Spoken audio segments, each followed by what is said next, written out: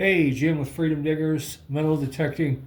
So I'm bringing you back in on video number 2 with the Test Mule MX7 slash Goldmaster 24K Test Mule.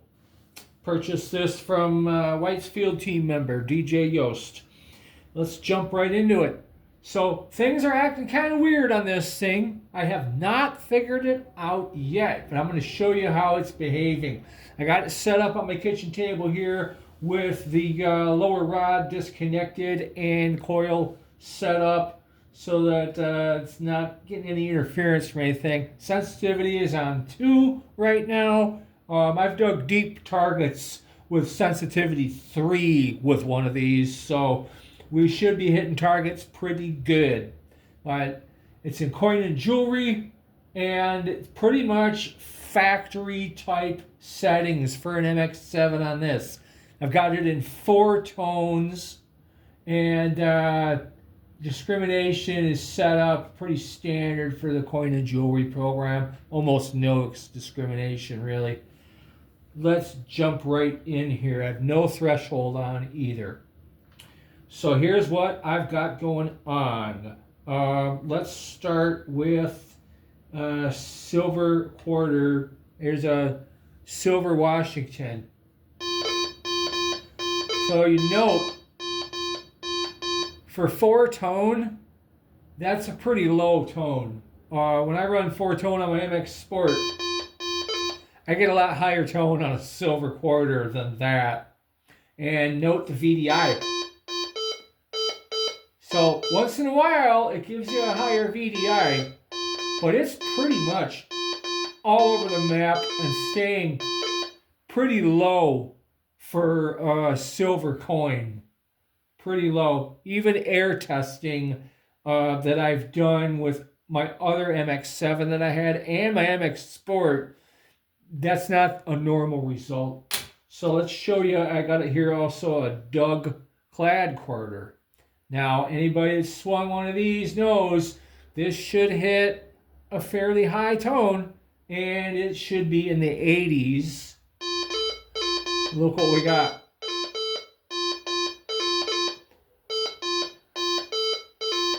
Most people wouldn't even dig that.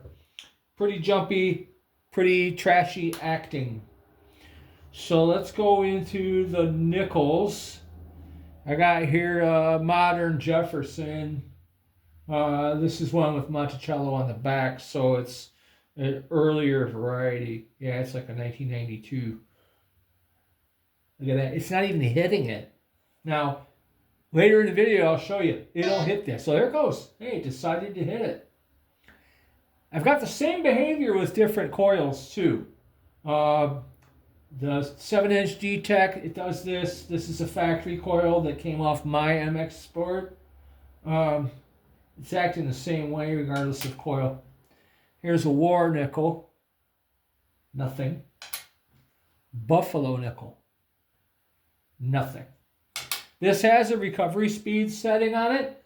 I've got it at 3, which seems to match the recovery speed and air tests that I've seen on other MX7, MX Sport machines that I've played with.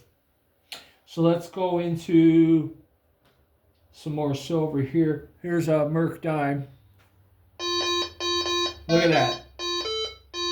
It's acting about the same as it did with the clad quarter and the silver quarter, giving you a little bit lower VDIs here and there. Still very unstable. Here's your clad dime. So, couple jumps in there.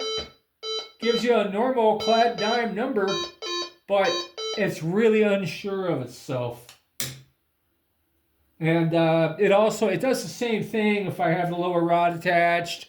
I've tried it outdoors in the freezing cold. Same thing. I've tried to eliminate variables on this, and I get the same results. Let's go back to the nickels real quick and see if it wants to hit on them now. Nope, still not hitting on it. Before I started making this video, it was hitting on these nickels. Now it's not. All right, silver jewelry. We got a thin silver ring. That sounds about normal. VDI numbers are still a little jumpy. Now, this is a different result than I've gotten other times. About normal for a thin silver ring. Here's a fat silver ring. Now, when I dug this with my MX Sport, this gave me like an 84 VDI and a very high tone. This sucker's pretty meaty. Look at that. Let's turn it on its side a little bit. So, if I was in the field, I would think that this might be a clad dime on its side or a copper Lincoln with some junk in the hole. I certainly wouldn't think it was a big fat silver ring. And if I was cherry picking, probably skip it. All right, this one's pretty telling. Here's a silver eagle. Now, this is not a 90% silver coin. If anybody knows coins, this is like pure silver. Let's run it through. Look at that. So it isn't sure if I've got a zinc penny, a hot rock, or what. But it's sure not telling me that this is a big fat silver coin. All right, and here is a sterling silver. This is a jelly spreader knife that I dug years ago. It thinks this thing's foil. But at least it's showing me a fairly consistent tone. All right, now, here's the last target. This is a piece of Michigan float copper. This is natural copper. I received this as a neat gift from Trap Rock Copper. They're a YouTube channel here in Michigan, and they dig this copper in the woods of Upper Peninsula. Check this out. This is pure copper.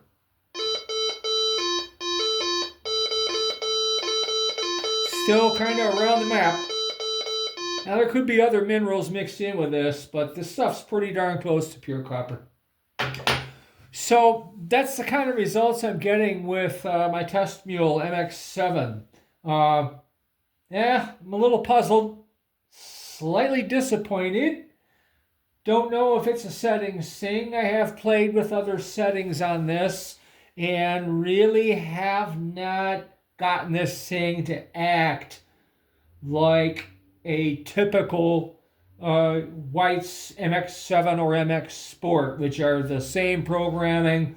It's just the MX7 is in a non-waterproof chassis.